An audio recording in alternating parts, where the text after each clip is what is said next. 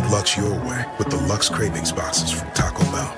There's the classic $5 box, the indulgent $7 box, and a whole new obsession in the $9 box, the Flamin' Hot Grilled Cheese Burrito. Try the Lux Cravings boxes at Taco Bell today. Hey Bronco Nation, this is Boise State football wide receiver Ben Ford. I've had to face some setbacks on the field this past season, but toughness isn't about staying down. It's about getting back up. I am proud to represent Lithia Ford of Boise, where you can find the largest selection of Ford trucks that are built tough and, like me, handle the hits and keep pushing forward. Come check out the incredible inventory and competitive pricing at Lithia Ford of Boise. And when you buy here, you're not just getting a truck, you're supporting Boise State athletics and Lithia Ford NIL partnerships. Come see us at Lithia Ford of Boise, where Ford begins in Idaho. Find your sun with Sun Cruiser Vodka Iced Tea. Made with real iced tea and real vodka. Cold, refreshing, and made for moments like these all year long. Let the good times cruise with Sun Cruiser. As sports fans, we may cheer for different teams, but there's one thing that we can all agree on. We want the game to be big. And with 3 levels, 30 cabanas, a 143-foot screen, 6 clean pools, and endless cold drinks, it doesn't get any bigger or any better than Stadium Swim in Las Vegas. All sports, all seasons. It's more than a pool deck. Stadium Swim. It's the only thing like it in the world.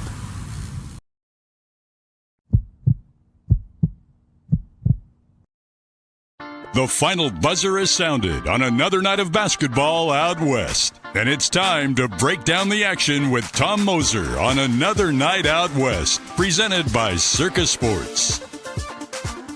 Heading to Las Vegas for a guys' weekend or to watch the Pac-12 or Mountain West basketball tournaments? Make sure to stay at Circa Las Vegas and watch all the action at Stadium Swim, where the sports are on 365 days a year. While you're there, check out the world's largest sports book and make sure to eat at Barry's Prime Steakhouse. Book your reservations today at circalasvegas.com. Another Night Out West features interviews, analysis, opinions, and more from the Pac-12, the Mountain West, the WCC, and beyond. If it's happening out west, we're talking about it on Another Night Out West. Subscribe on YouTube and don't miss a show at youtube.com/@Another Night Out West. Did your team just get a big win? How about a bad loss? Come discuss it with us. Send us a comment or question in the ICCU YouTube chat or leave us a voicemail at speakpipe.com/BNN. Like you said, he's in big moments, ton of experience. Amazing arena. We have the altitude. Like you said, we have. Now let's go to the Sun Cruiser Studios and join Coach Tom Moser for Another Night Out West on Bronco Nation News.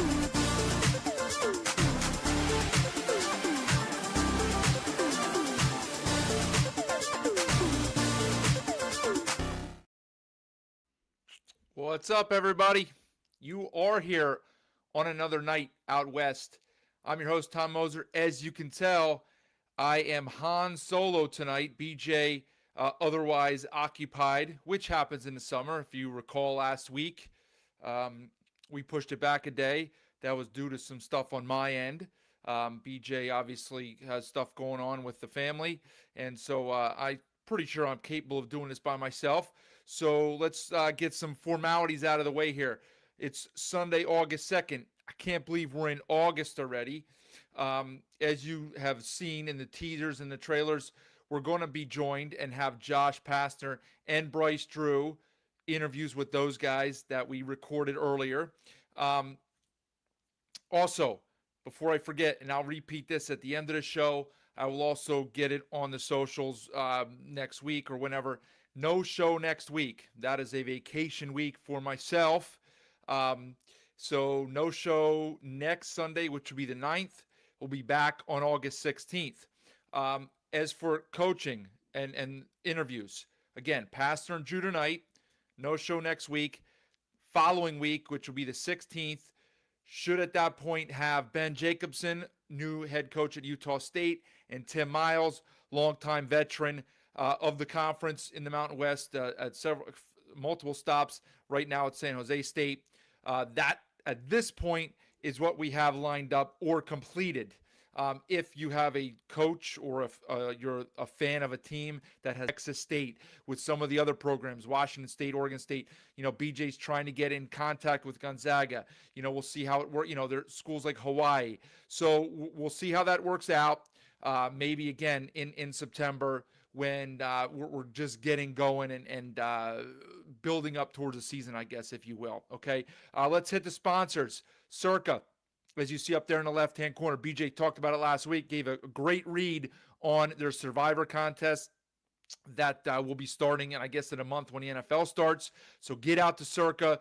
Great time. Well, any time is great to get out there, but certainly right now when the pool's in full swing, the stadium swim, you got the baseball going on, preseason football starting up soon in just a few weeks. We'll have college football starting, and then, of course, the NFL. So you're headed out to Vegas. Get out there and stop there at Stadium Swim, Circa, Sportsbook, all that good stuff. Enter their Circa Survivor contest, pays out millions of dollars, as we've all heard about. Also, Sun Cruiser, and BJ has been telling me I got to have one. So not only do I have my normal prop in here, the one that's been in here for months, I don't even know if that's good to drink. Promised BJ I would crack one open. So we got the iced tea, lemonade iced tea combo here. So I'll crack one.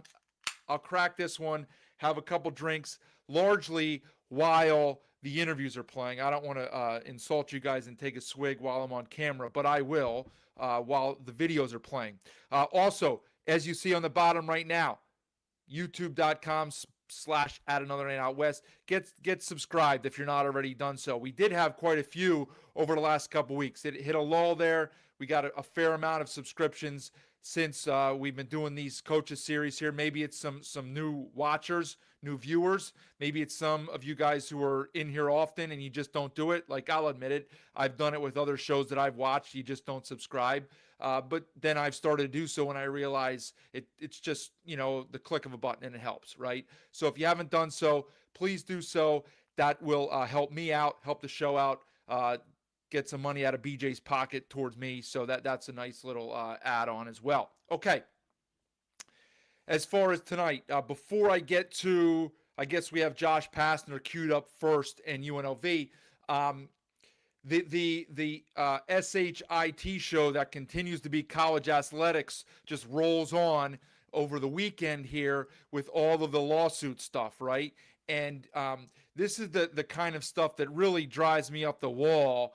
And it's like, man, if I wasn't doing this show, I just like bury my head, wake me up when the season's here in November and December, and I'll find out who's playing and I'll watch it and follow it because I love the sport. Because, man, is it infuriating. I can only imagine how it is for actual coaching staffs. If you've been paying attention on social media, you've seen all the stuff that's going on now. We got these lawsuits coming. We've got injunctions. We've got rulings. We've got lawsuits, all of it, right? And it's like nobody knows what's happening, right? And so a lot of teams have rosters that are filled.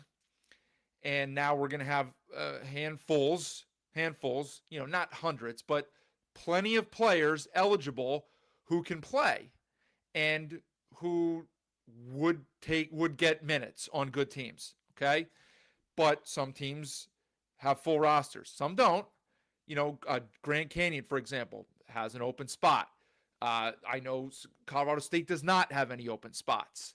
Some coaches and teams are probably less likely to make a move and upset the chemistry and the apple cart on their roster.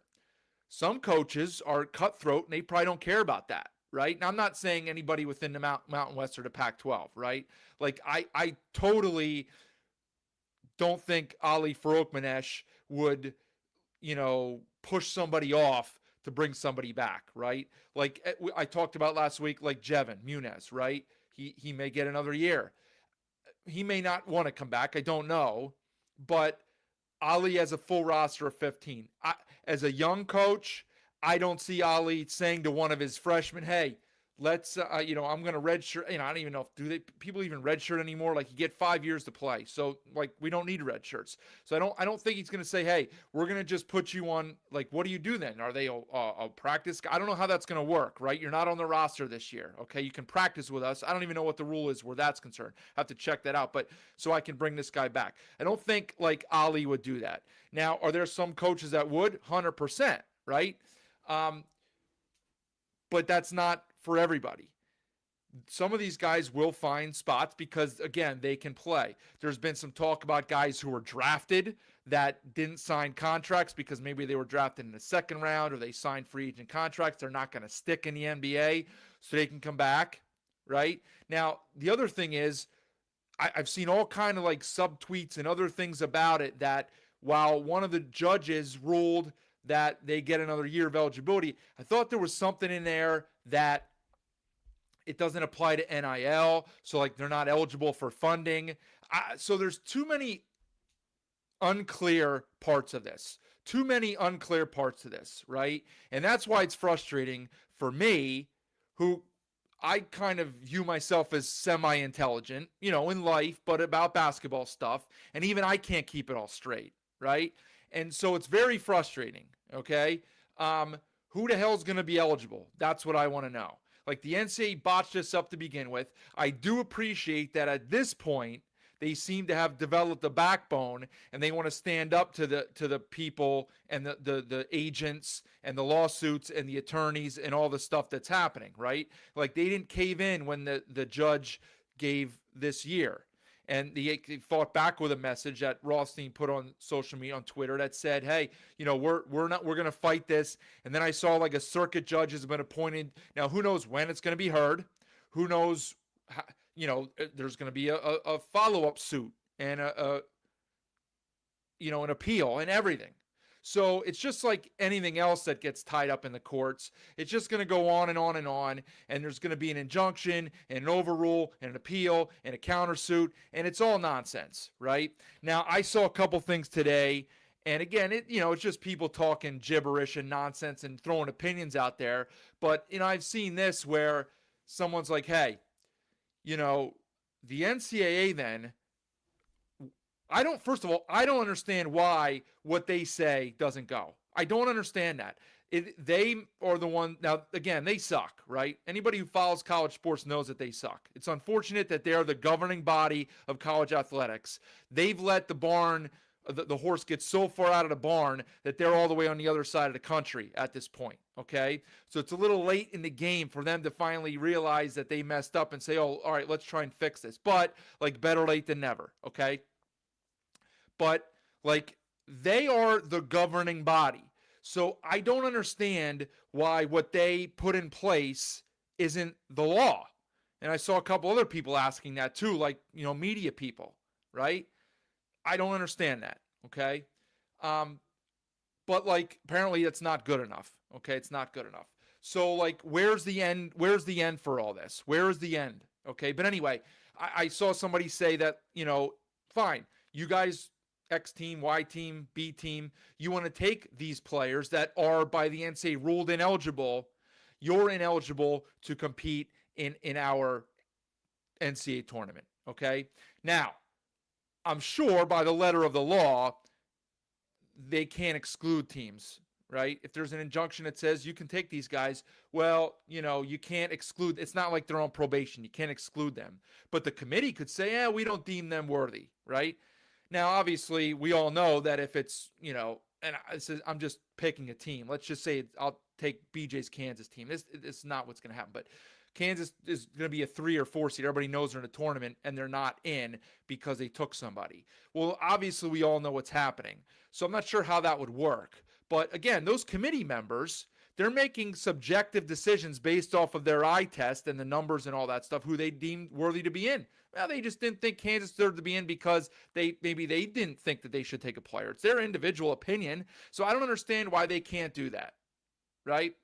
I'm sure there's some legal loophole in there that would prove me wrong, but I don't understand a lot of this, and it's very frustrating. So I could do a whole hour on this, and I got 2 good interviews to get to, so I'm not going to waste that time. I will show this here. JNR, Is Dent an automatic to Gonzaga? I like Pastner at UNLV. They put together a good team. Updates on San Diego State. Here to European players not on campus yet. That is true, JNR. At least one, if not multiple, of the Aztecs were not on campus as of a week or two ago. Doesn't mean they won't get there. They're just not here yet. Okay, that is fact. As far as UNLV, we'll hear that in about 2 minutes from Pastner, and then I'll talk about it after the interview. As far as Dent to Gonzaga, that seems to be a lot of the smoke from the sharp minds here on social media, right? All the talking heads seem to think it's a foregone conclusion. I mentioned it last week. You know, and it's nothing against Gonzaga. I just think it's like, you know, they gambled accumulating their roster, trying to stack up with foreign guys, and they lost. They rolled craps. They crapped out. They lost 2 guys that they thought they'd have. You know, and now they're going to get off scot-free because of this ruling here with Dent, right?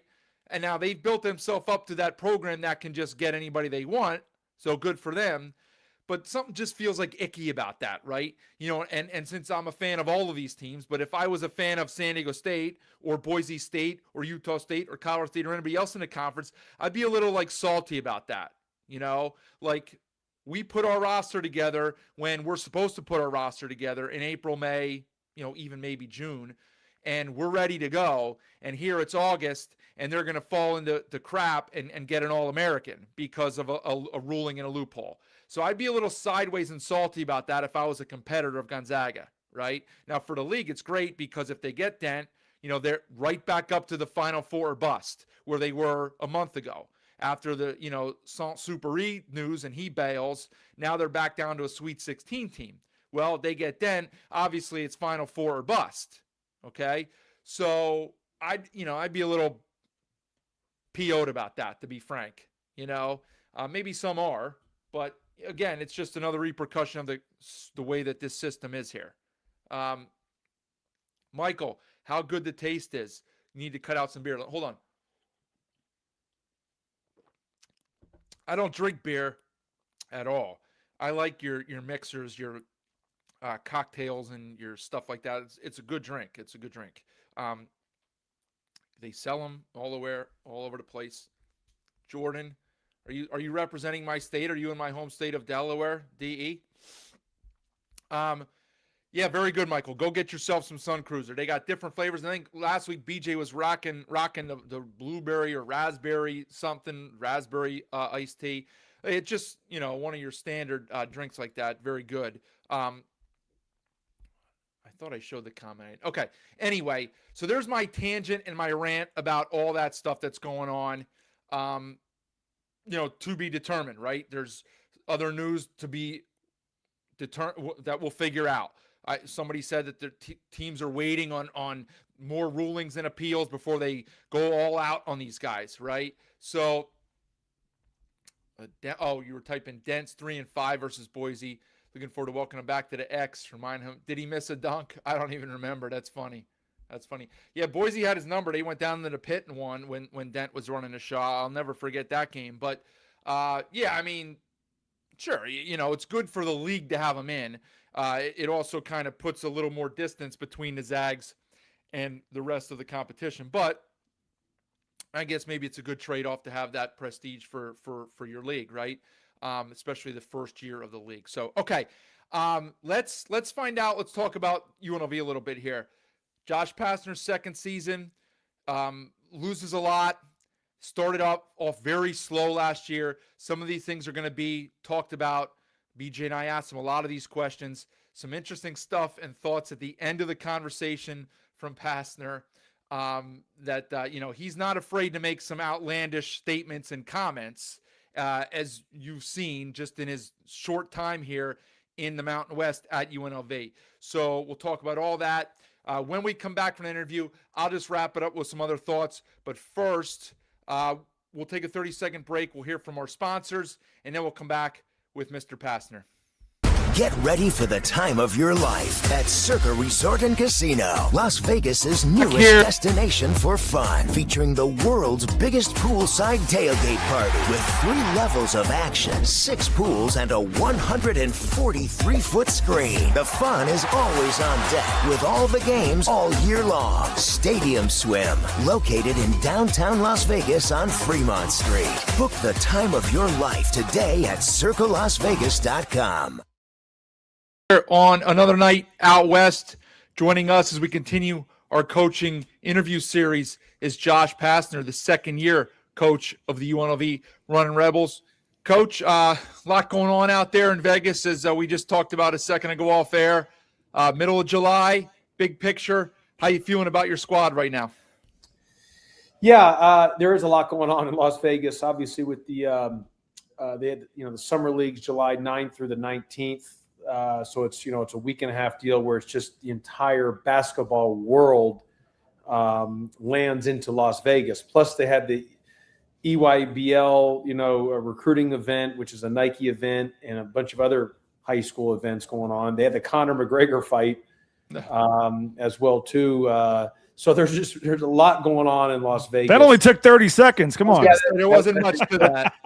But people paid a lot of money to go see it for 30 seconds. So, but yeah, so it's a lot going on, and it's been a hectic couple week and a half, which is great. Really 2 weeks because people start coming in on the Monday of the beginning. So it's a 2-week deal.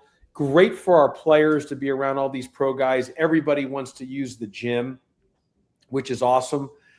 We obviously give our guys off this week because because the NBA just takes over everything. We just don't really have any gym space. But we've been working hard. We've completed 5 weeks of summer. We've done everything starting in early mornings. We start our day at 6 a.m. every day with workouts, and it's been good. Guys have worked really hard. I like our group. You guys know it's all a crapshoot. You're trying to you sign guys, do the best you can, and trying to find guys underneath the radar and undervalued, and hopefully they play well when you get on the floor. We got a really tough non-conference schedule, and I know the Mountain West is going to be really good again. I know some teams left. We added some teams, but I just think the league's going to be a really good basketball league again. Well, I know a lot of the optimism coaches around a couple of your key guys that you got to stay, and most notably Tyron Jones. Let's start with him. Such an exciting talent, can just do so many things on both ends of the floor. If I recall, that was pretty quickly after the season ended. You guys were able to announce that he was coming back, and that even maybe surprised some people. But just how big of a deal was that to lock him up, to get him back, and know that you could kind of build your roster around him again this year? Yeah, Tyron Jones had a great freshman year, considering the fact, he came in here, wasn't one of the top 250 players ranked in all of, the kind of the high school recruiting ranking deal.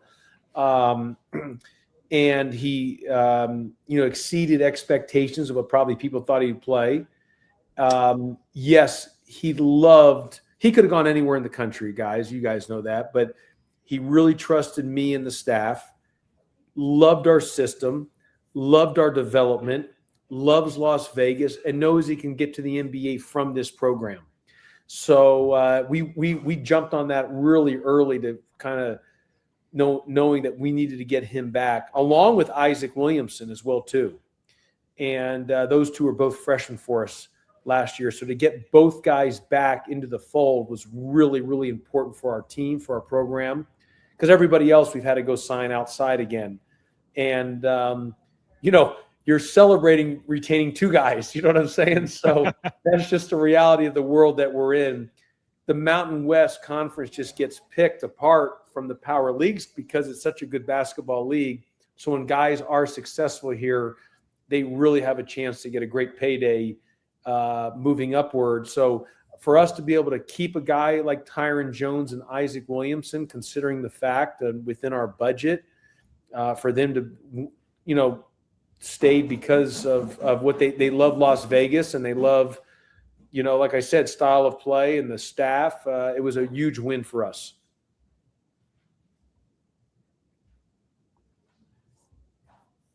Oh, I thought you were going to go. That was an awkward silence right there. You know what I mean? We got our wires crossed across the country, Coach. Sorry about that. All right. Well, so Coach, you mentioned Isaac Williamson. So I don't know what the right word to use is, but let's face it. You're celebrating the fact that not only do you bring two guys back, but they're only sophomores, but they're your veteran returners. So what have you seen in terms of their leadership, shepherding these new guys that you brought in? How have they kind of handled that as like all of a sudden now they're the go-to guys within the program?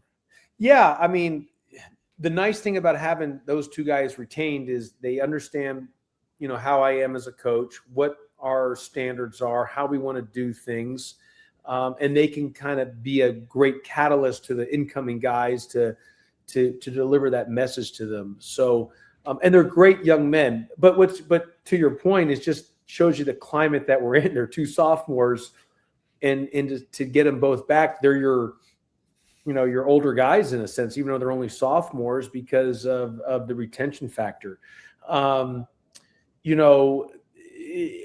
both are really good players, by the way. But I just think, look, you like to have the majority of your team back. It's easier, obviously, if you have great retention because of the terminology and understanding. Things are simpler. But I just don't think it's reality in this day and age. When I came here and I took over, I had to sign a brand new team. Everybody was in the portal when I took the job. And this past season, like I said, out of our 15 guys, 2 stayed. And the following year, could it be the same thing? Yeah. I mean, that's just part of the business that we're in. So it's just something that we've got to continue to attack. We've got to make great strides this season. I mean, I thought we did some really good things last year. We talked about this. We had some really good wins. We struggled in November. Not too many teams in the Mountain West Conference could lose your starting point guard and starting center, which we did to injury, and not just completely fall off a cliff. We were able to survive and finish the year the right way, considering our injury thing or the injury bug that we had. So it's important for us this year to take the next step, the next jump. I really believe this, that if we had those two guys, our starting point guard and starting center, we would have been competing for the top of the league to possibly play in the NCAA tournament. But you guys know this, that's not an excuse. Injuries are part of the game. I mean, that's just part of it. It was just me being on what we projected and forecasted on that. And, in football, if you misevaluate in this portal, and or you have an injury or two in football, you can overcome it because you have so many guys. Maybe the quarterback is the one area, but in basketball, if you misevaluate one guy or you have an injury, one or two guys, you can literally fall off the cliff, and it can just crush your team for that season. Because everything's about budget and how do you budget the program with your resources that you have for NIL to pay the players. And so we were fortunate last year that we were able to sustain and not fall off the cliff. Big thing for us this year is I like who we signed, but we got to stay healthy and got to get to the floor. And I think any team, any coach you would ask, that's a big thing for us. And but it starts with those two guys, Tyron Jones and Isaac Williamson. They need to have great sophomore seasons, which will help us make a jump going into our second year here at UNLV.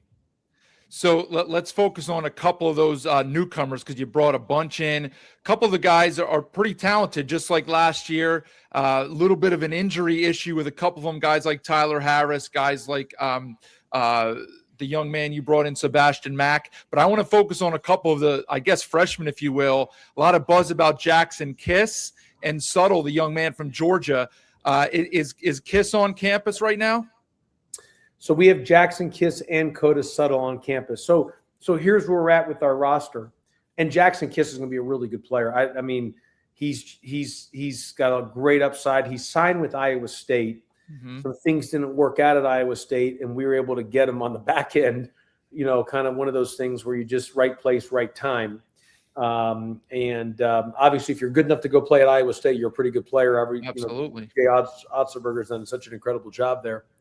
And then Coda Suttle's a really good freshman guard. He's got to shoot the ball better. That's something that we're working on. But he's a tough, hard-nosed guard that just is that's just a competitive. He's a competitive warrior.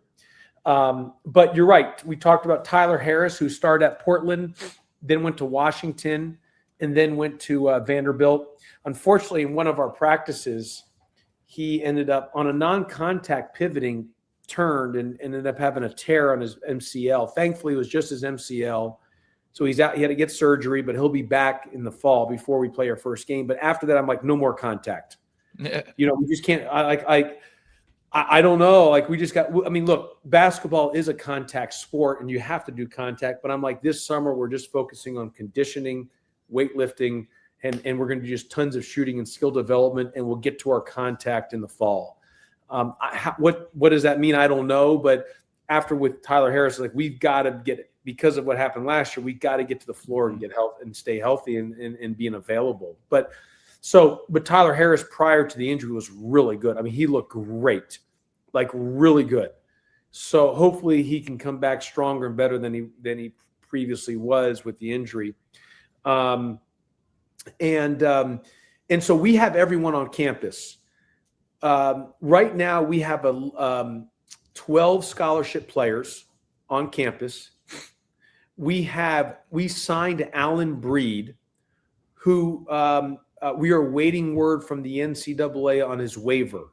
He started at Providence, was at McNeese State, and then NC State. He's not getting an injunction with a judge thing. It's a traditional waiver from the NC2A. So if he says if the waiver goes through, we could get word today or next week or 3, we don't know. I mean, it's just you're at the mercy of the NCAA. But if he gets cleared, that would give us scholarship 13. And our athletic director is giving me 14 scholarships this year. So we would have one more spot to sign if we wanted to utilize that 14 scholarship. If Alan Breed doesn't get eligible, then we would have 2 scholarships remaining. And there are guys late. Obviously, it comes down to budget and money. But so we're just in a waiting game where we're at right now. If Alan Breed does not get eligible, we'd probably look at trying to, or if he gets eligible, either way, whether it's 1 spot or 2 spots, we probably, based on our roster construction, probably would look to get another front court guy just with some size if there was something out there. Who are a couple of the other newcomers? I know I'm a St. Louis guy, so Dontrez Williams coming from good old Lindenwood there. Who are a couple other your transfers that you're excited about that you see playing a role this year? Yeah, I'm really excited about Dontrez Williams, by the way, from Lindenwood. I mean, he's only going to get better every time he steps on the floor. He's got really good upside, really good defender, continues to get better offensively the more time he competes. I really like the kid Cam Miles from Florida State, transfer from Florida State. Fast guard, downhill, really good shooter, can play either point guard or combo. Terrence Ford, who was at Arkansas State for 2 years, played at Tulsa last year, or Arkansas State 3 years, excuse me, Tulsa last year. And he's coming on. He didn't play last year at Tulsa because of a forearm injury. He's fully healthy now, but he's looked really good in our practices. Sebastian Mack's been good. I mean, and Terrence Ford, by the way, is a true traditional point guard, a real true traditional point guard, very similar to like Coda Suttles. Sebastian Mack's been really good to this point in the summer. Got him late. He's a local kid, a Vegas kid. MJ Thomas is a transfer from New Orleans, really good rebounder. And, he's high motor, high rebounder type of producer. And Jeremy Fumena, who we're excited about, a transfer from Central Florida, gives us some size, 7 feet, skilled, can score around the hoop. Got to get him to lose some weight so he can be able to run faster and more, but he knows how to play and is a skilled guy. So, we like our group. I mean, we really do. Again, I mean, we have a really tough non-conference schedule. We're playing Utah, BYU, and Missouri in our 3 exhibition games. So this year you're allowed 3 exhibition games. So those 3 teams will give us a good test of where we're at before we enter November. Part of, as I mentioned earlier, We weren't great in November last year. We were a little up and down because of the injuries and trying to figure our team out. So this will challenge us. But then, you get right into the heat of the schedule of the non-conference, and it's going to be a tough deal. So, but to this point, we've had a good summer. Well, Coach, before we get you out of here, it's funny. You can tell that you've worked in media in between some of your coaching spots here, because it's as if you knew what I was going to ask you, because the fans there in Vegas starred for an NCAA tournament bid. You guys got to the second round of the NIT last year, and you spoke to it about halfway through the interview here. Last year, you really kind of struggled in a non-conference in November. Part of that was due to having to adjust your lineup with the injuries that you had and guys playing out of position. You got a whole new roster here. What changes do you make? How do you try to prevent that from happening? So you got, difficult schedule aside, nobody's expecting you to go beat Kansas the first night of the Players Era. If you do, that's fantastic. But how can you avoid some of those pitfalls that UNLV's been known for in the last few years, so you guys are in a better place when the net comes out in January and we start looking at bubble stuff come February? How do you make sure it's a different November for you guys this year? Well, let me say this. You're right about the NCAA tournament. I mean, they're starving for it here. Like, if we can just get over the hump and get to the tournament, it would open the floodgates here at UNLV. They're starving for it.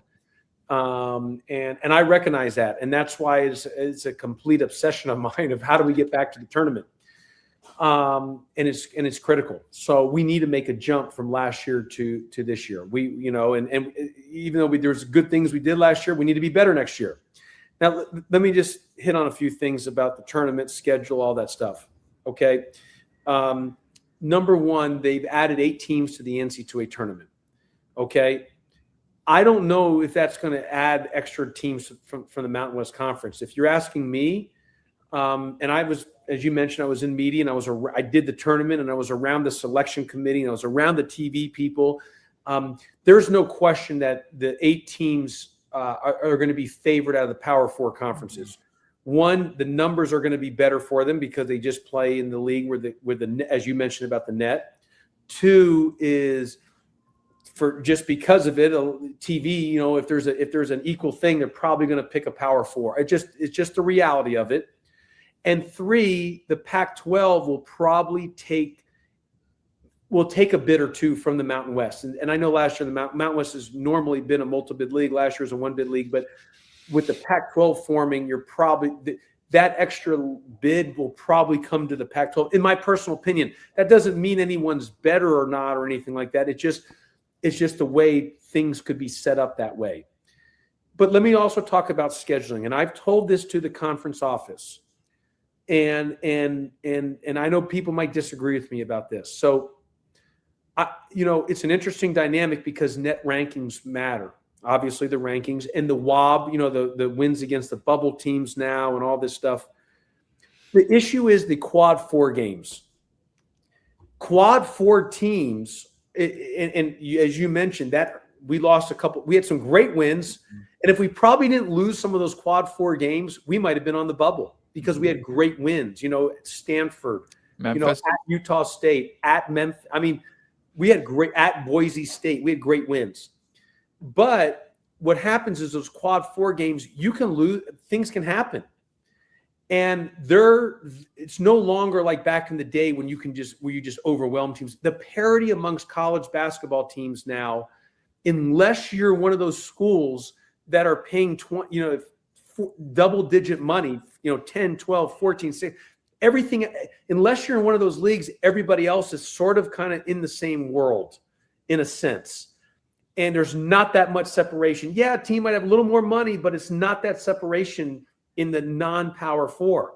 So if you drop a Quad 4 game, it doesn't only hurt your team in your net ranking, it hurts the league. Mm-hmm. I have said this. There's 3 things.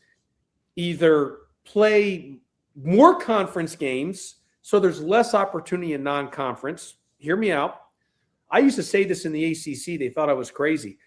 I used to tell them they should play every game should be a conference game, like literally play everything a conference game, because that takes out any of the issues of a Quad 4. Because what you do in November, guys, is baked. It's so important what you do in November. It's baked in.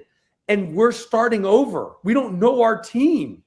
So how do you talk about how do you avoid the pitfalls? Well, I went out and scheduled Utah, Missouri, and BYU in the exhibition so we can get exposed on some things that we might need to get exposed on to be better in November, because what you do in November bakes you in for the remainder of the year. November is so important in college basketball. People don't understand that. They just get tuned in into January and you think, no, it's November. So that all being said, as I said, either play more conference games so there's less opportunity in non-conference, okay? And or play more teams. Instead of playing quad 4, what about playing more Division 2s? Well, you're saying, well, what does that do? Way less expensive on the budget. 2, if there's a issue where you have a slip up or 2, it does not have anything to do with the net rankings. You don't get, there's nothing factored in on it. Boise State knows all about that. Well, but you get, but you get the win or you get the loss, but it doesn't affect you ranking wise. And the only other thing is to say is to literally play just play a bunch of high major teams. Don't even put yourself, because it's all really about it's if you have a loss against a quad 4, quad 3, and I'm just telling you, it's the parity amongst the Mountain West Conference and the Big West let's just say you're playing a bye game. It's not that this isn't like Duke playing the Big West. It's and so you're talking about your it's a tilt here or there. It's such a small spread. And so anything. But a lot of those games too, Coach, like even a win could hurt you if you don't win by 20 or whatever. That's the other thing. If you have a close game, you get a win, it hurt. So that's what I'm trying to say is we almost have to manipulate the numbers and be thinking different. We're in the Mountain West Conference. We're not in the ACC. And because of some of the teams have left the Mountain West Conference, I keep saying we've got to be so unique, different. We've got to even in our in-game entertainment in the Mountain West Conference to continue to draw fans, we've got to be different. Everything we got to be doing is thinking outside the box to how do we get multiple teams in the NCAA tournament. And it's just not as easy. We'll just win, because it's you can maybe say that 3 years ago or 4 or 5 years ago, but now when you're dealing with a team that has, like when we're playing in the Players era, Kansas, and then after the Kansas game, we're playing Auburn or West Virginia, and after that, it's either Houston, Florida, Notre Dame, or Rutgers. We're not even in any of those teams' galaxies financially. We're not even in the same galaxy. So it's not the same thing anymore because it's a money thing. And so how can the Mountain West be different, get more teams in? And we've got to really be thinking about the numbers part. And it's so much about November. Last thing, should we be playing our conference games in November? You know why? Because if you drop a conference game, look, we all want to win the conference, but you need time to get your team ready. And so if you drop things in November while you're trying to figure out your team, I'm telling you that November is the most important month of non-conference games. And so I'm happy they allowed us one extra exhibition game this year at the NCAA. They allow us 3. I've tried to say they should allow us 5. We need more games so we can figure our team out, because everyone in the Mountain West Conference literally has a brand new team. And that's just the reality of it, where we're at. Yeah, well, we could talk about that for hours, Coach. By the way, Kansas may have one player that makes more than your whole roster does. When you talk about that, probably, and yeah. You know what, and that's okay. That's the world that we're in of college basketball right now. Sure, and that's just how it is, and that's why you've got to try to get them raise money and try to get the best. And then you still got to evaluate and find under radar guys, as I've mentioned many times. But it's just an interesting dynamic in the current climate of college hoops. Well, final thing real quick, Coach. We appreciate your time. And I'm wearing my Circa Sports hat, by the way. I love Vegas. I got my Circa hat on here. Derek Stevens, great guy down there. But you touched on it earlier, but just to wrap this whole thing up, I know you said they're starving for the tournament. I mean, is it tournament or bust, or how do you look at what constitutes a successful season here in year 2 for you down there at UNLV? Well, if you ask a lot of the fans, they might say Final Four or bust. You know what I mean? So it depends on who you ask. But and I've told them I'm all for the final. We can get to the Final Four. We just need to let's go get the Stacey Augmans, the Larry Johnson. However, I need that $10 million check. You know what I mean? Like someone's got to write me the check. I mean, that's to go get that. That all being said, I don't think it's tournament or bust. I think what we need to do, and you guys know this. I mean, we're in sports. I mean, I'm going to do everything I can. Every waking obsession. I'm obsessed with trying to get us to the tournament. But there's some things out of your control. You got to stay healthy and you got to make shots. And you're relying on 18 to 23-year-olds in a sense to put the ball in the basket. What I think is important for us is, and I think we need to be playing meaningful games in February and March. What does that mean? What does meaningful games mean? You're either on the bubble trying to get an at-large, or you're competing for a Mountain West regular season championship. Doesn't mean you're winning it or going to be at large, but you've got to be in the conversation somehow, some way of both the Mountain West regular season conference championship or like if they're naming a list of bubble teams. Either way, you just need to be playing I think that's really important, playing meaningful games into the later part of the season. I think if we could do that, that would be deemed a successful season. And then from there, obviously the ultimates get to the tournament. But I think that's our step right now is we need to be playing meaningful games late in the year. And if you guys know this, UNLV hasn't won the regular season Mountain West Conference, I don't think ever, if I'm not mistaken. I could be wrong on that, but I think that's an accurate stat. They've never won the regular season Mountain West Conference championship. Well, Coach, from listening to you, the pieces are in place. You got the extra start here with some exhibition games against good quality competition. Hey, I just want to know this with the Circa hat on, with this, and Derek's. I mean, you've obviously maybe gambled over it. Have you won some money? Can you donate to our NIL? I mean, that's where. I got Derek Stevens' number. You said you love Vegas. I mean, can you? I'm sure you've won it at some of the tables. Can you donate to our NIL? But you want us to get to the tournament. Those courtside seats there are pretty nice. Those courtside seats are pretty nice down there, Coach. I've seen them. Yeah, they're. I mean, we could talk to Derek Stevens. I'm sure you have his cell number too. We can see what we can do here. But you would think of all the places you should have some folks you can help raise that budget a little bit. Yeah, as much as BJ carries some weight, I think there's some people in Vegas who are a little bit more VIP than BJ. So we'll have to see if we can make some connections there. But listen, Coach, we really appreciate your time. Once you get some of those big non-con wins in November, we look forward to having you back here on a night episode of Another Night Out West. In the meantime, good luck with the workouts. Keep everybody healthy and enjoy the rest of your summer. Thanks for all the coverage for the Mountain West Conference too. We don't. A guy like myself doesn't take it for granted. We need as much exposure as we can get in our league. Appreciate you saying that, Coach. Take it easy. We'll talk soon.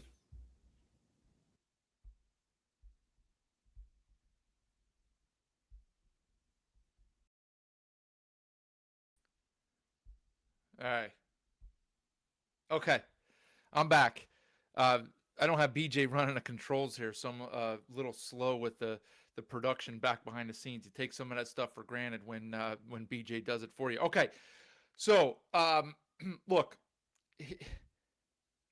that guy. All right, let me say this. There's a lot to unpack.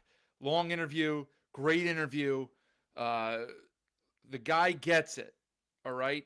I was critical at times last season of some of their end of game executions and strategies, right? If you remember, if you watched, if you were paying attention, some of the way that they closed games out or did not close games out, specifically, not fouling 3-point shooters a couple times, and it cost them a game, I think, and it cost them, or the Boise game, they went to overtime and then won anyway, but, shouldn't have had to. But look, we all have different philosophies on how we coach in-game stuff. And I've said for years now, and anybody who's in coaching will tell you this, you got to wear many hats these days when you're coaching, especially in college basketball, okay? And he freaking wears all those hats really well. He's got some outside-the-box ideas. But as I'm sitting there listening to that, and, what we recorded probably 2 weeks ago, I'm one of the two who did the interview. So I remember some of it. I don't remember all of it. But as I'm sitting there like nodding along with half of his stuff because I'm like agreeing with it, even though I've already heard it. Like he gets it. He understands what's necessary and that you do got to think outside the box in a conference like the Mountain West right now. He's got good ideas. Right after we interviewed Coach Pastner, BJ and I, a few days later, he said how he basically the program was for sale for like a private investor. Now he kind of probably got a little bit of pushback from the university on that, because he then came out with like a retraction saying, I wouldn't really mean that. I was just kind of, but you heard him say it right there. He's kind of needling BJ a little bit. Hey, his point being, we need the funds. Like he's a sales guy. He can sell the program. How did he get a guy like Tyron Jones to say when Jones could have went anywhere, right? So he gets it. We'll see if it translates into a better season. Again, some of his ideas, while I like them, nobody's ever going to play all conference games or play your conference games in November. Like, nobody's ever going to do that. But his point stands. Like, you can't lose the quad fours. So how do you not lose the quad fours? You don't play as many, right? Because his point is true. Unless you're Duke or one of those top 15 or 20 teams that's way up here, like the margin of the difference there isn't wide enough to guarantee you don't lose that game, right? And it's happened. Happened to Boise last year, happened to UNLV, happened to Grand Canyon, happened to several other schools, okay? Maybe not a quad four, but San Diego State took a bad one last year. Nevada took a bad one, right? So, like, it happens, and it cripples you when you're in a non-power four. So, Mike Pastner's got great ideas. Like, again, none of those, I wouldn't say none, but most of those are not going to come to fruition, but he's got good ideas. He understands, like, what's going on. As far as personnel, look, 2 guys back. It's similar to the way it was last year in terms of, when BJ asked him about some of the guys that he's excited about, he rattled a ton of guys off, right? So let's do the math. He's got 12 guys on the roster, 2 returners. That leaves 10 newcomers, 2 freshmen, 8 transfers, okay? Also, I guess he's got roster spots for some of these guys who are now eligible, right?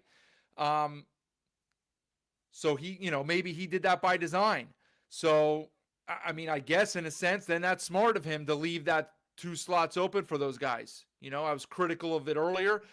If you do that with forward thinking, good move by you, I guess, right? So, he's going to grab 1 or 2 of these guys. Now, can they afford the top flight guys? Probably not, okay? But, they at least have roster spots and maybe some money to offer.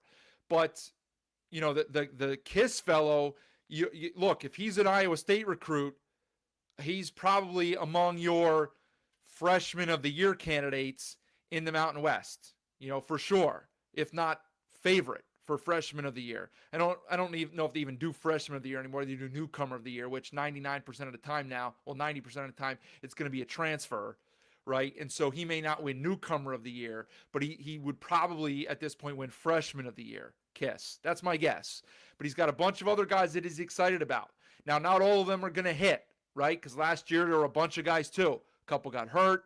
Miles Che didn't play a second. Then he's off to St. Mary's or wherever he went. Nas Cunningham was a bust. He came in with high pedigree. He was a bust. But several other guys hit. So all those guys that Pastner mentioned, they're not all going to be hits, but some of them will be. And so good stuff, right? That's great. Let me get to a couple of these comments here, and then we're going to get to Bryce Drew. We're at the 55. Why isn't this thing going up? It drives me nuts. Quickly, do I think Dent will go to Gonzaga? It's probably 80%. I don't know anything more than anybody else other than what I've seen on social media. I would guess he goes there. What's my take on Boise? Well, a couple weeks ago, we had Leon on, Michael. I like their team this year for several reasons. I think it'll be more of an old school Leon Rice identity where he doesn't necessarily have to feed a bunch of egos. These guys will work hard for him. He got some changes on the coaching staff that are likely to make for better for the unit. I think they'll be a hungrier, more humble bunch that'll work more cohesively as a team, and I think that will work out for them. JNR, great interview. Josh says the team going the right direction. Fun to watch and listen to. Definitely. Great coach. Aztec fan. I think you guys play this year, San Diego State, UNLV. I mean, we didn't even talk about the non-con. He was so great just going on about, whatever, that we couldn't even squeeze all the things in we wanted to talk to him about. Ice wanted to know his thoughts on teams in the conference. Like, he had so many good thoughts, and that was almost 30 minutes. We tell the coaches 15 or 20. That one was almost 30. And we basically cut it, or we could have kept going. But so, yeah, he is a great listen. He's real sharp. He's got it figured out. Hopefully they don't drop any of those quad fours in the non-con this year. And I would certainly expect them to be a top half team. All right. Our other team that we're going to talk about tonight is Grand Canyon, another Mountain West school. Didn't make the postseason last year. Similar to UNLV. Couple guys back, 2 or 3 guys back, I think 3. Brought in a ton. Brought in probably the best transfer class from either league, Mountain West or Pac-12. Okay, a lot of dudes that they brought in. Grand Canyon's got money. They invest. They don't have football. This is their go-to, right? They're UConn. I mean, not on UConn's level, but where UConn doesn't care about football, Grand Canyon doesn't have football. I guess they're Gonzaga at a lower level, right? They aspire to be Gonzaga. They brought in, I guess I shouldn't really consider, well, no. I mean, Gonzaga's transfer, they got whatever. Point being, very good class. A lot to be excited about if you are a Lope fan. And so let's take a 30-second break, and when we come back, we'll hear from Bryce Drew. Get ready for the time of your life at Circa Resort and Casino, Las Vegas's newest destination for fun, featuring the world's biggest poolside tailgate party with 3 levels of action, 6 pools, and a 143-foot screen. The fun is always on deck with all the games all year long. Stadium Swim, located in downtown Las Vegas on Fremont Street. Book the time of your life today at circalasvegas.com. All right, we're back on another night out west. This time with us on our coaching series, 7th year at GCU already. I can't believe that. 7th year for Bryce Drew. Coach, 4 years to the NCAA tournament. This will be not really your 3rd new league in a row, but in a sense, it's kind of your 3rd year where you're getting used to a whole bunch of new teams here. First of all, how's everything going out there in Phoenix? How's the summer going? How do you feel about your program right now? And welcome to the show. Well, thank you guys for having me. It's great to be on. It's great to talk hoops in the summer. And it doesn't feel like there's an off season now. We're just in Vegas recruiting, watching Summer League, back here at practice now. And so basketball is definitely a year-round sport now on TV and in the gym. Mm-hmm. And so we got our group in. It's a great group. We enjoy working with them. So it's been a fun summer so far. What is kind of the big picture Cliff Notes version? I mean, here on middle of July of where you're at, and you guys obviously retained a couple key guys, added a really nice portal class. I mean, you got to be feeling pretty excited about this group. Yeah, so much in the summer is getting to know each other, getting familiar with the system, understanding our guys, kind of what they do well. I think what you see on film a lot is translates, and then some other things, that you weren't maybe aware of by watching film. So really getting to know each other and get to spend some time together. We are going to take a trip up to Canada in a few weeks, which will be nice. We'll get a couple games up there, and I think that'll really help us take a nice jump when we come back in the fall. Well, a couple of key returners that I know you're excited about. Mekhi Williams, obviously a 3rd team All-Mountain West last year. Just to get him back and build some things around him. How nice was that, and where can he kind of elevate his game this year? Yeah, definitely nice for a coach when you get back an all-league guy. Even more so in this era with so many transferring, to be able to get Mekhi back, be his 3rd year in our program. It really helps a lot just with the new players coming in to have the familiarity, of him out on the court. And then we did return, a couple other guys who started games, Caleb Shaw, F.A. Demerol. So really nice to have 3 guys that played a lot of minutes that are back for us. Coach, let's talk about some of the newcomers. Obviously, the big headline or the name that everybody gravitates towards is the young man from St. John's, right? Dylan Darling, because everybody watched him in the NCAA tournament. Don't bring that up, Tom. Don't bring that up. Sorry, to beat BJ's Kansas squad. So bad memories for BJ. But look, you got a heck of a batch all around. Talk about some of the other guys that you're excited about and what you've seen from them so far.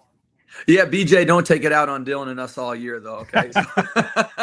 No chance he makes the my preseason team. Better believe that. He's not even being mentioned in your article. No, Dylan's great point guard. I think one of the unique abilities he has is he makes others around him better, and it's not just on offense but on defense. He's such a good on-ball defender. So really excited he's in our program and looking forward, to having him play in front of our Havocs this year.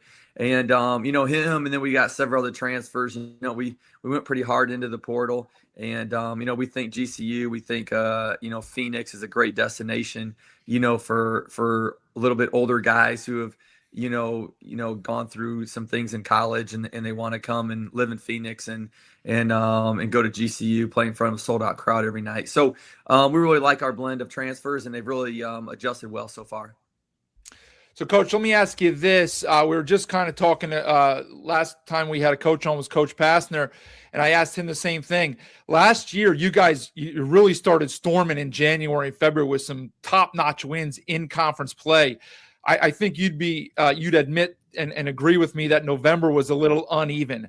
It's difficult when you got all those guys coming in. You have new rosters. You said you're going to go up and play some games in Canada, so that helps.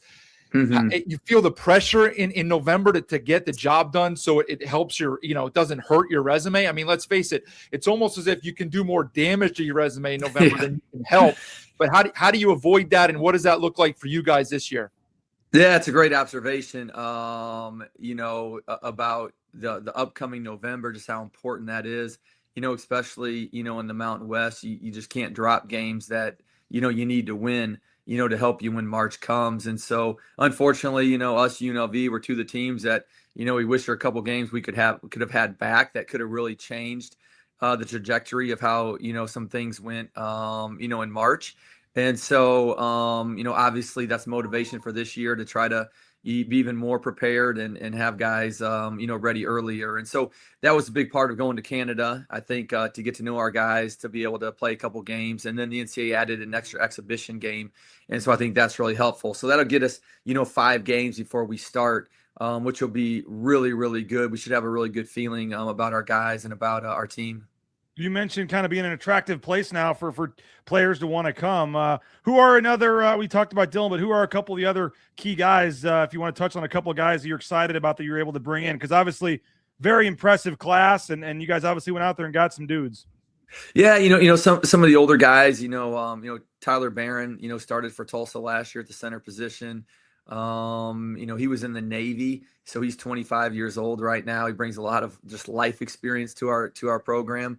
Amarian Dickerson was at USC last year. He's another 5th-year senior. He's been in a lot of places. Really, really good athlete at 6'7". Omaha, Bielo is from Wake Forest. He's McDonald's All-American in high school. And Jaden Zimmerman, we really like. He's a really good scorer. He's a 6'4" guard from back east. So we did hit it hard. Blake Barkley, I can keep going down. Micah Tucker, we really like the guys that we have, and really looking forward to, blending them all on the court together. Yeah, it's funny. I was going to ask you about Barkley and Omaha. I wasn't sure how to pronounce the last name. And you just kept rattling off. I mean, so you talk about, that's almost like a 10-man rotation.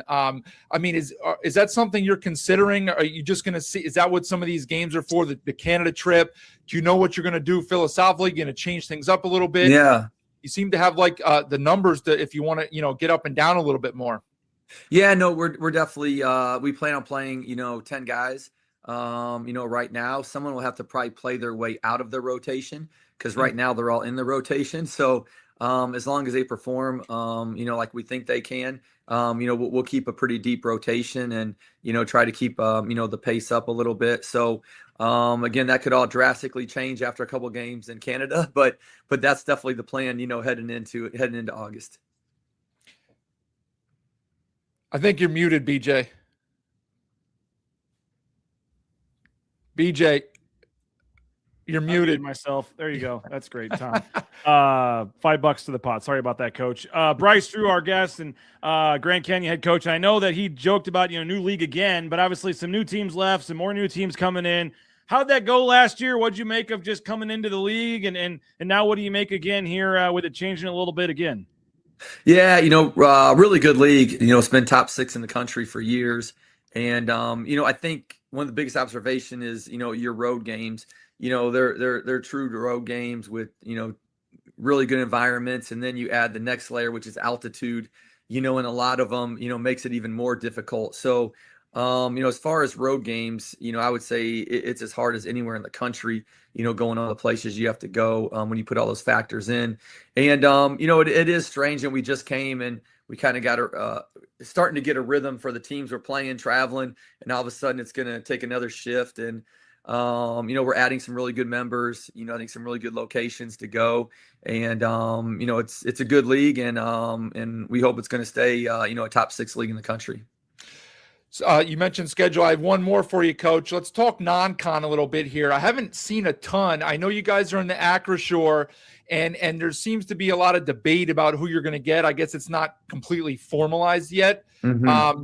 I think the talk is you probably will play St. Louis because you've played them the last 2 years home and away. So this will kind of be the neutral site rubber match. And then there's a bunch of teams that you might get for your second game there. I know last year you guys played Oklahoma State in maybe that was the Colangelo game. Who else do you have? Is there anything else announced yet for your non-con, or do you have a couple that are not yet announced that or maybe you can spill it here, or maybe that tease it what's coming up later? Yeah, we're still finalizing, some things. Obviously the Acrisure, you pretty much worded that better than I probably could.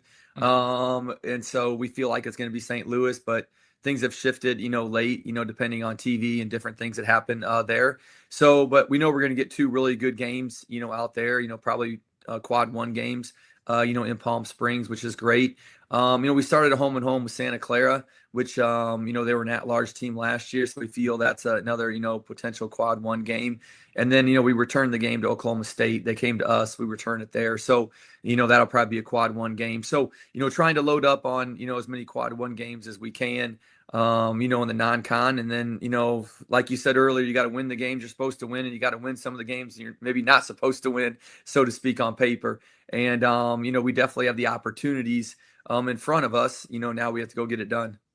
All right, Coach. I covered Boise State, so I was out there last year for the Boise State game. My first chance to see the atmosphere and stuff there. If you don't mind, I'm just going to play about a 30-second video of what I encountered there. And you don't even see this because you're in the locker room. But just for our viewers here, I'd like to play about 30 seconds of this and then get your thoughts on this.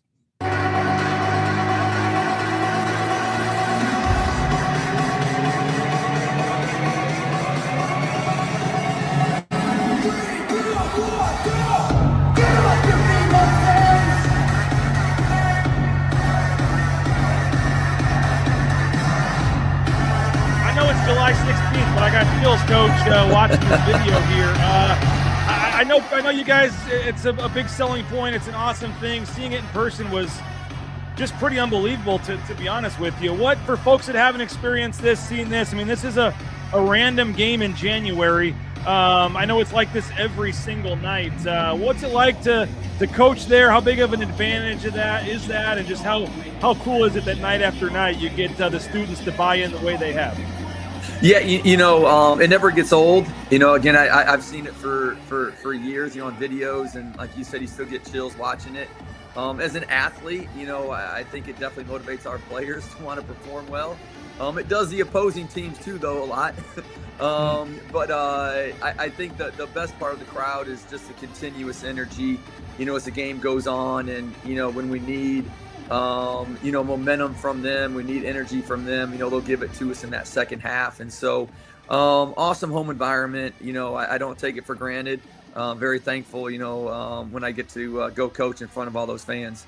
I mean, yeah, it was like that the entire night. It was seeing them run in before the game. I mean, it was pretty special and pretty cool. And I can see why. I mean, you guys have obviously earned it with the play on the court, but it's pretty cool to have that.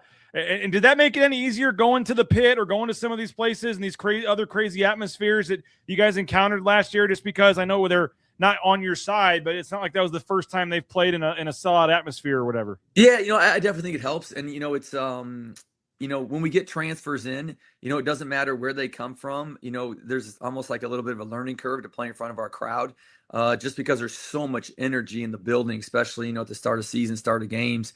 And so it does sometimes it takes some guys a while to make shots in our gym, just because they feel so much energy with the crowd behind them. And so when you do go to the pit and other places, obviously it's a totally different vibe because they're cheering against you. But again, our league has really good fan bases, really good crowds.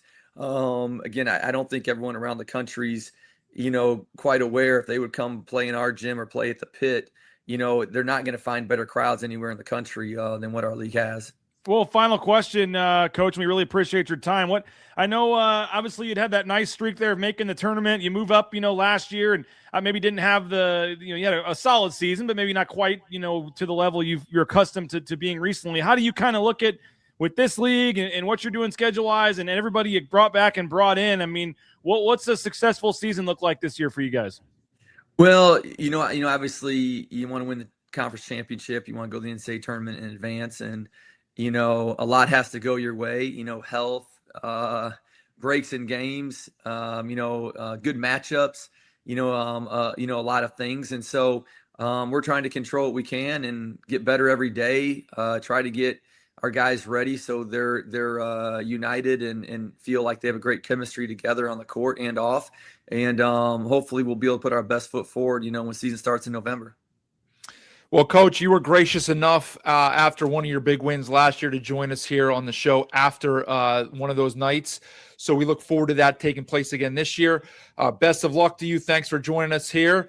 And we'll talk soon. Enjoy the rest of your summer. Get those guys working out, keep them healthy, and we'll catch up soon.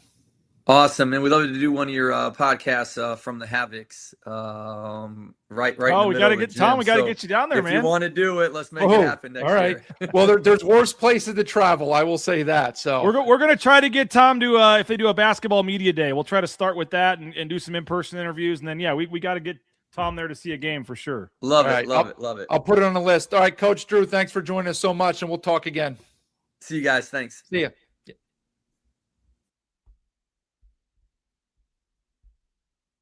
All right, we're back. Good stuff. Great guy. Real good to talk to Coach Drew. He spent some time with us off the air as well. Look, and as a matter of fact, I believe they are in Canada, if not today, tomorrow. Maybe they've traveled. I think they're playing in Canada this week, a couple games. And so a lot of similarities between Grand Canyon and UNLV. The two guys we had on last week, Ali with CSU, Sundance with Wyoming, they were similar in the fact that more retention from their roster last year to this year, fewer portal guys. These two teams today, total opposite of last week and similar together in that very little retention, 2 and 3, and much more portal, right? And so just like we discussed with Pastner, Drew rattled off name after name that he's going to rely on from the portal. Now, yeah, he brings back a couple knowns in Demerol and Makai Williams, a good big, one of the best bigs in the Mountain West, and a good guard. Makai Williams, a good combo guard. I don't know. I don't really consider him a true point guard. He wants to score the ball, which is great, but we'll see if Coach wants to have Dylan Darling or somebody else run the point so Makai can score and not have to worry about distributing the ball. I mean, that's what these trips are for here to Canada.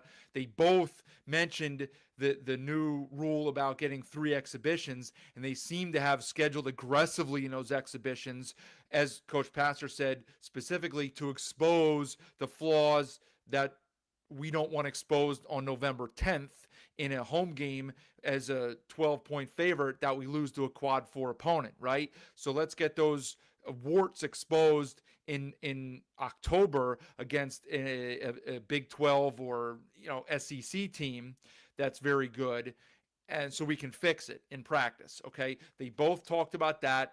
Awesome to hear. So I'm sure most schools will take advantage of that. You saw the thing that BJ pointed out at the end. I'll never forget one of my first years doing pods and covering the conference. It was the year after San Diego State. I think my numbers and my head is correct. It was the year after the Aztecs made the Final Four. It was Jaden Ledee's year, and they went to Phoenix for a non-con game in December, I think, ish, and they lost. So at that point, I have zero knowledge of anything Grand Canyon really, other than, seeing them in the tournament once or twice, knowing whatever. Didn't know anything about whatever until I watched the game. They were a good team. I'm sure they made the tournament that year. Might have even been the year that they won a first round game and beat St. Mary's. But, I didn't expect San Diego State to go down there and lose, right? And I remember tweeting out after that game that Bryce Drew was sitting on like a freaking gold mine there in terms of what they had from a home environment, from an investment perspective, the finances, all of that stuff. I've talked before, and I know people don't like some of the way that the money comes in for the school. I don't care about any of that. Nobody else should either, with the way that everything else is off the rails in college sports today. So you really should get over that if that's something that you sit on or stand on, right? Like, get over it, okay? He's sitting on what you saw that BJ showed in that clip. A great environment. The players want to go there. They have money to spend NIL-wise. They're invested in the program from a facilities, from a living standard of living, right? So, and you heard, look, BJ said it at the start. Wasn't a bad year, but that wasn't up to the standards of what the fan base and what they expect there, okay? And so they'll expect to be back in the NCAA tournament this year. They have a roster that's capable of it, especially with 8 new slots. Coach Pastner did say, how many of those are realistically going to go to non-power fours? And we all know the answer to that. Maybe one if we're lucky, right? I think we'll be fooling ourselves if we think it's more than one, because it probably won't be. But never know. We'll see. But it allows teams like Grand Canyon, UNLV, Boise State, Colorado State to get in that mix, hopefully, as long as they can avoid the bad losses in November. So, just because they're playing these exhibition games, just because Grand Canyon's going to Canada to play some games now, doesn't mean it won't happen, right? But it's helpful, okay? It's helpful. Plenty of options on the roster for Drew, just like there are for Pastner. So he said 10-man rotation. Is that realistic? I don't know. But if one guy gets, we don't want anybody to get hurt, but if one guy gets hurt or one guy kind of craps the bed in terms of what we expected from him, that's fine. We got 9 other guys that we can play and feel good about. So that's a good thing for both of those teams, right? It's like, you throw enough darts at the board, you're going to get a couple bullseyes in there, right? And a couple around the bullseye, and then a couple that miss the board. And it is what it is, right? Okay. Hope you guys enjoyed those interviews. Let me refresh what I talked about at the top here, and I appreciate you guys for being along all night long. Lionel Richie style, all night long. Next week, no show, okay? Vacation for this guy. So we'll be back in 2 weeks from tonight. And it will be Ben Jacobson, Utah State, Tim Miles, San Jose State. That should wrap up our summer coaches series for now. Some maybe later on in September, October, who knows, we'll see, okay? I'm sure by that point, 2 weeks on, we'll have plenty of stuff to talk about when it comes to the eligibility stuff.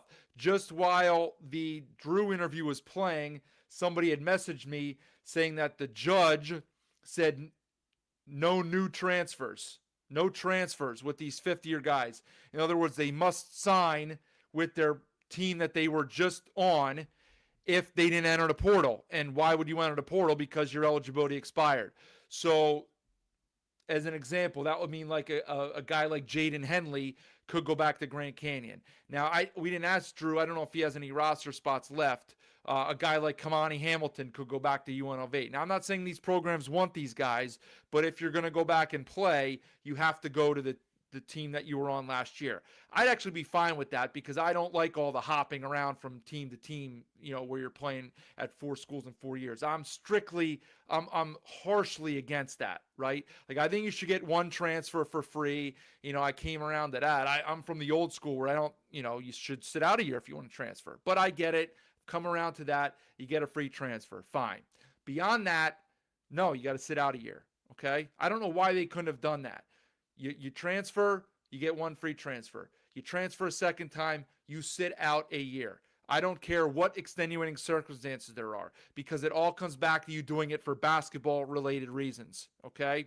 This is not minor league basketball. Until they want to define it as minor league basketball, you sit out a year once you transfer a second time. I don't care who you are. I don't care what program you're going to. I don't care what you say the reason is, okay? That will be my rule. When you make me commissioner, that's the rule. Since I'm not commissioner, that's not the rule. These guys go wherever the hell they want. They play at 4 schools in 4 years, and it's nonsense. So I like this. If this is what the judge is saying for these fifth-year guys, you got to go back where you came. Okay, good. I like that. I like some kind of rules. I don't like lawlessness. This isn't 1877 in Arizona. This isn't Tombstone, right? There's laws around here that we should follow. Okay? All right, I said no more soapbox and tangent and rants. And then I just got on another one. Anyway, as I was saying, I'm sure in 2 weeks we'll have plenty to report about all of that nonsense that I've missed over this 2 weeks. So stay tuned, okay? Let me thank the sponsors one more time. I finished the old Sun Cruiser. Good stuff. Thank them for being along for the ride and providing good beverage. Also in the top left, Circa Sports. Go visit them when you head out to Vegas in August, September, whenever you're going out there. Stadium Swim, they'll be going still in September. Great weather out there in Vegas. I used to go out there in September. Certainly pool weather. Football season coming up. Whatever else you need out there, go hit up Stadium Swim, Circa Sports. Subscribe. Let's get a few more subscriptions before I'm back in 2 weeks at Another Night Out West on YouTube. Thank all of you for being here for this one. Man, here I thought I was going to go a little shorter without BJ along, and I still went for an hour and 20. I had to get my thoughts in before the off week. Next week, it's my bye week, right? It's my bye week. So I'll enjoy some beach time. Hope you guys enjoy the first half of your August, and then we'll see you back here in 2 weeks on August 16th. Thanks for being here on Another Night Out West, and we'll catch you guys next time. See ya.